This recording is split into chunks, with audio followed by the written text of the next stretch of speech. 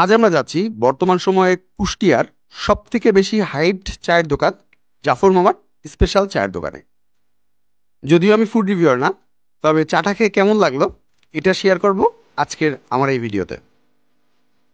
তো ভিডিও শুরু করার আগে যারা আমার চ্যানেলটি এখনো সাবস্ক্রাইব করেনি তারা দ্রুত সাবস্ক্রাইব করে ফেলুন এবং অবশ্যই লাইক, কমেন্ট এবং শেয়ার করবেন।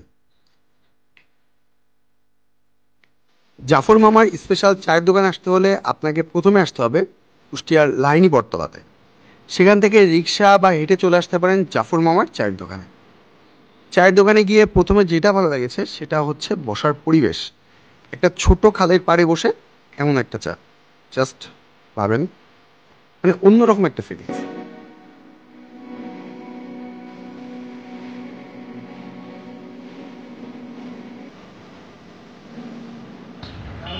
তো এটা হচ্ছে লাইনি বটতলা। লাইনি বটতলা থেকে নেমে ওই সুজা রোড দিয়ে আসার পরে এখানে একটা যে ব্রিজ হচ্ছে, সো এই ব্রিজের ঠিক এই পাশেই হচ্ছে এটা চার দোকানটা। চার দোকানটা খুবই ছোট কিন্তু অনেক হাইট। আমার কাছে মনে হয়েছে যে এত হাইট পাওয়ার পরেও চার দোকানটা আরেকটু ওয়েল ডেকোরেশন করা উচিত ছিল, বা তারা হয়তো বা তাদের পুরাতন যে লুক এটাই ধরে রাখছে। সো যাই হোক, আমরা এখন হচ্ছে চা খাবো, একটু টাইম লাগবে। এখন বাজে অলমোস্ট হচ্ছে বিকাল 5:30। হয় নদীর পাড়ে এই পাশে যে জায়গাটা আছে, ক্যানাল, এই পাশে বসে চা খাবো, না হলে হচ্ছে পিছনের উঠোনে বসে চা খাবো। তো দেখা যাক কি করা যায়। তো চলেন চা বানাচ্ছে ওটা দেখে আসি।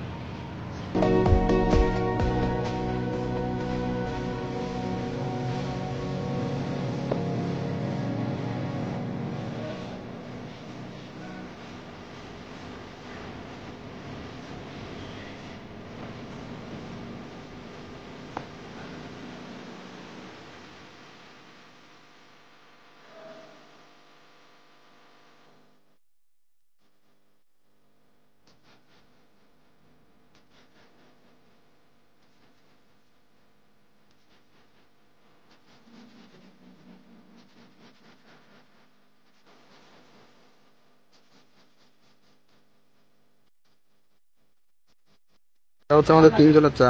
উনি এখানে যে রেস্ট নিতেছে আর আমাদের বললো যে আমি বলতে যে আমি নিজেই বানাচ্ছি চা। তো উনি এখানে প্রচুর দুধ আছে, তো সে পানি গরম হচ্ছে। আর যে পাউরুটিটা পোড়ায় দেয় সে পাউরুটি আছে এখানে। পিছনে আরো অনেক পাউরুটি আছে দোকানে, হিউজ। আমি একটু ওয়েট করি। এটা হচ্ছে জাল হচ্ছে চাটা।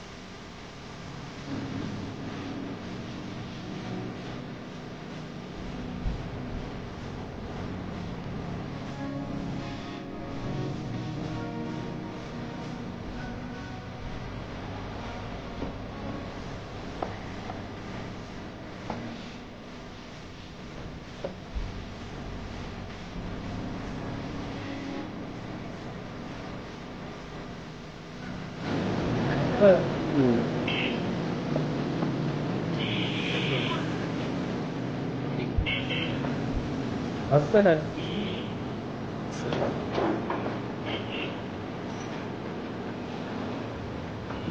হ্যাঁ জানি।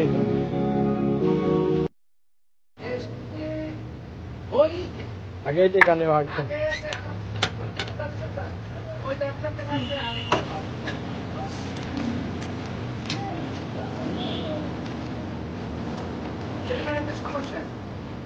So,